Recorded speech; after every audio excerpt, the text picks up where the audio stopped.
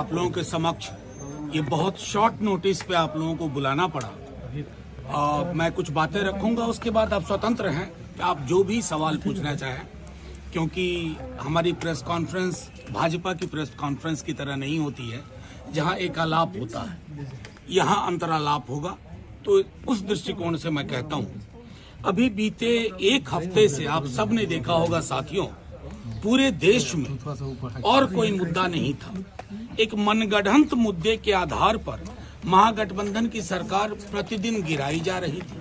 लोगों के बीच में मतभेद मनभेद बताया करता था और एक पार्टी की अंदरूनी बदलाव को राष्ट्रीय स्तर पर ले जाकर के यूं बताया गया कि छीका टूटेगा, किसके भाग से पता नहीं। खैर, उस पर सब पर विराम लगा दिया माननीय मुख्यमंत्री जी ने, निवर्तमान अध्यक्ष जदयू ने और हमारे नेता तेजस्वी जी ने।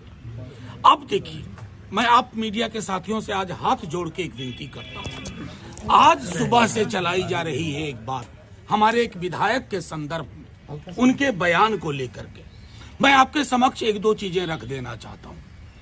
हर धर्म के प्रति समभाव राजद के डीएनए में है, राष्ट्रीय जनता दल के डीएनए में है। हर जाति के प्रति सम्मान हमारे डीएनए में है। लेकिन क्या हम सावित्री बाई फुले को भुला दें? सावित्री बाई फुले और महात्मा फुले, सावित्री बाई फुले कौन थी शायद हमारे भाजपा के लोगों को नहीं पता होगा। मैं जानता हूं, क्योंकि उनका इंटेलेक्चुअल कैपिटल, बौद्धिक पूंजी शून्य है। लेकिन सावित्री बाई फुले ने जो मंदिर के संदर्भ में कहा, विद्यालयों के संदर्भ में, शिक्षा के संदर्भ में कहा, आप उस संदर्भ को जब कोई एक विधायक हमारे उद्धृत करते हैं तो एक वंचित समाज की से आने वाली महिला के लिए और उनके विचारों के लिए आप किस प्रकार की टिप्पणी करते हैं? मुझे हैरानी सिर्फ इस बात की है कि एक संदर्भ में चीजें थी, एक वंचित शोषित समाज को जगा रही थी, जिसे आज भी जागने की जरूरत है। अब उस बयान को मंदिर पर हमला, राजद का मंदिर पर हमला। अरे साहब, जितना कभी लालू जी से शास्त्रार्थ कर लीजिएगा, मंदिर और भगवान के बारे में जितनी जानकारी उनको है, हमारे दल के लोगों को है, शायद हमारी जानकारी बनावटी नहीं है।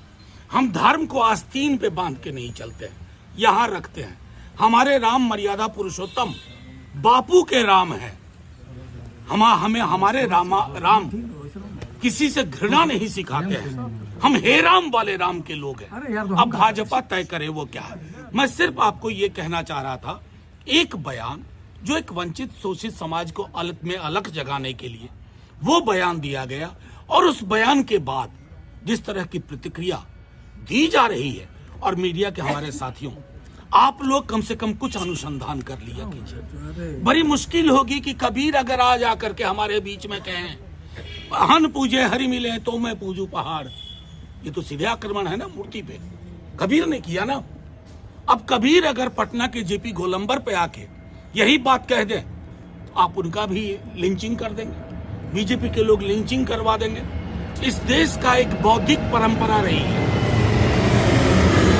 और उस बौद्धिक परंपरा में देवी देवता और धर्म की आलोचना भी हुई है, स्वस्थ आलोचना हुई है। मंदिर क्या है, विद्यालय क्या है, किसकी महत्ता है, वो सारी चीजें हैं। खुद हम लोगों का मानना है कि मंदिर मेरी व्यक्तिगत आस्था है, मेरे और मेरे ईश्वर के बीच का मामला है। उससे मंदिर में अगर मैं लाइन में भी खड़ा हूं, मुझे भी रोजगार चाहिए, मुझे नौकरी चाहिए, मुझे महंगाई पे काबू चाहिए, मुझे जो आय की असमानता है उस पर काबू होना चाहिए, लगाम लगनी चाहिए। उन सवालों को अगर सावित्री बाई फुले के माध्यम से कोई उद्धृत करता है, कहां का बना दिया आपने इस देश को। महासागर वाला चरित्र था इस देश का, आपने तो इसको तालाब की तरह गदला बनाने की कोशिश कर डाली। तो मैं आप लोगों से यह आग्रह करूंगा कि राजद का पक्ष स्पष्ट है, सर्वधर्म समभाव, सबके बीच में समन्वय। लेकिन मेरी आस्था मेरी व्यक्तिगत चीज है, इसका सार्वजनिक और भोंडा प्रदर्शन भगवान को भी परेशान करेगा। अगर मर्यादा पुरुषोत्तम सचमुच आज पृथ्वी पे आ जाए 22 तारीख के बाद, प्राण प्रतिष्ठा के बाद, 2-4 सवाल मोदी जी को ही पूछेंगे। मेरे युवाओं का रोजगार कहाँ है, देश में इतनी महंगाई क्यों है, लोगों के बीच में संपत्ति का बंटवारा इस तरह का क्यों है कि 5 समृद्धि के टापू के समक्ष सब लोग नतमस्तक है।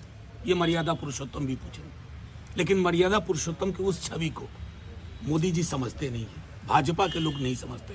आपसे आग्रह है, आप लोग संदेश को बीजेपी की ओर से उठाने से पूर्व एक बार अपने तय में उसकी व्याख्या कर लें, उसकी परीक्षा कर लें। नहीं तो वंचित शोषित समाज के लोगों ने जो लिखा, रायदास को क्या करेंगे आप, कबीर को क्या करेंगे, सावित्रीबाई फुले का क्या करेंगे, ज्योतिबा फुले का क्या करेंगे, बाबा साहब भीमराव अंबेडकर बोल के गए एनिहिलेशन ऑफ कास्ट, जाति का विनाश, उसका हम क्या करेंगे।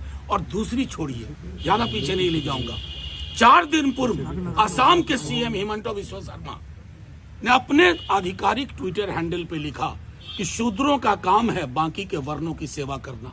ये हिंदुस्तान है आधुनिक, भारतवर्ष संविधान से चलने वाला। मुझे दुख हुआ कि मीडिया के एक बड़े वर्ग ने उसको चलाया ही नहीं। तो ये जो है ना, ये लेवल प्लेइंग फील्ड नहीं है। बस आप लोगों से इतना आग्रह है, आप सबों को नव वर्ष की मंगल कामनाएं, शुभकामनाएं। आप लोग खूब तरक्की करें, आपकी माइक बुलंद भी रहे, स्वतंत्र भी रहे।